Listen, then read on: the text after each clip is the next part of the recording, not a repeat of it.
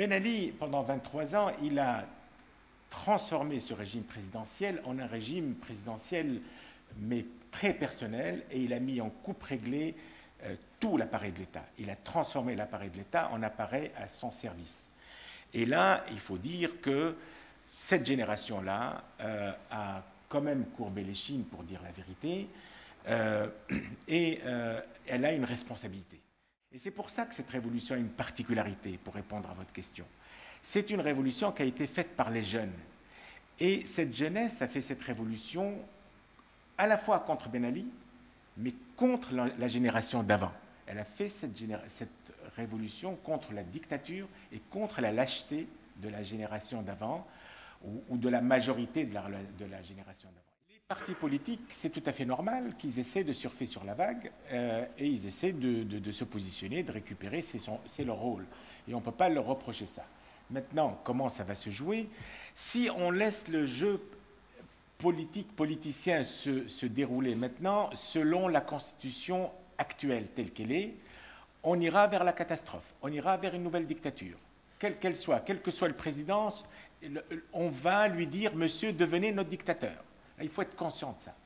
Si par contre on dit « Ok, on sort d'une dictature, on va utiliser cette constitution pour faire la transition », on applique l'article 56, on laisse ce gouvernement maintenant fonctionner, ce président de la République peut le changer, peut l'amender, peut changer le Premier ministre, peut changer tel ou tel, peu importe, ça c'est de la politique de gestion, mais pendant cette période, il faut qu'il y ait une consultation sans changer la Constitution, sans l'abroger, mais il faut changer quelques articles et de dire, à mon avis, mais ça c'est le peuple qui doit se prononcer là-dessus et les forces politiques, et de dire, je crois qu'il y a un mouvement vers cela, et surtout parmi les jeunes, je le vois sur Facebook, etc., les gens veulent maintenant un régime parlementaire. Les gens veulent un régime parlementaire.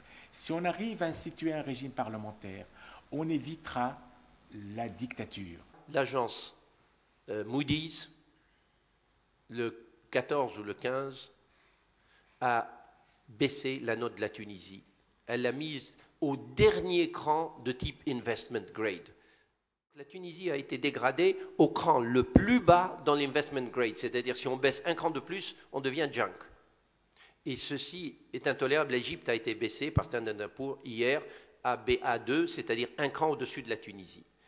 Cette baisse, pour la petite histoire, n'a pas été le fait des partenaires européens de la décision. En fait, les partenaires européens et les partenaires français se sont opposés à cette baisse en disant « nous connaissons la région, nous connaissons le pays » et d'une certaine manière, la démocratie, si elle se fait, est un bon investissement.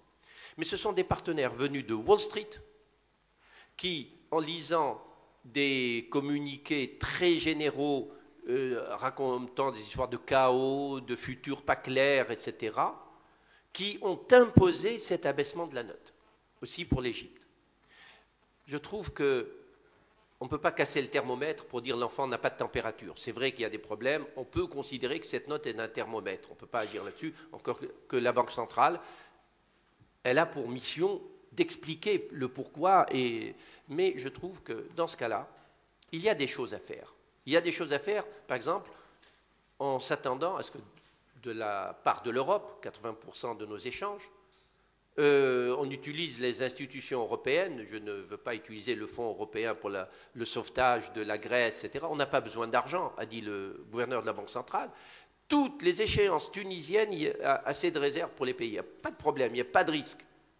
Mais une déclaration disant que l'Europe se tient aux côtés de la Tunisie pour garantir son honneur, c'est-à-dire sa note. Rien.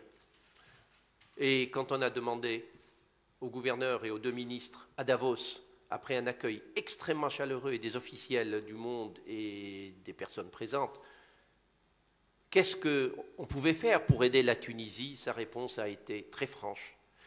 Je vous demande, mesdames et messieurs, a-t-il dit, de commencer à ne plus faire de mal à ce peuple.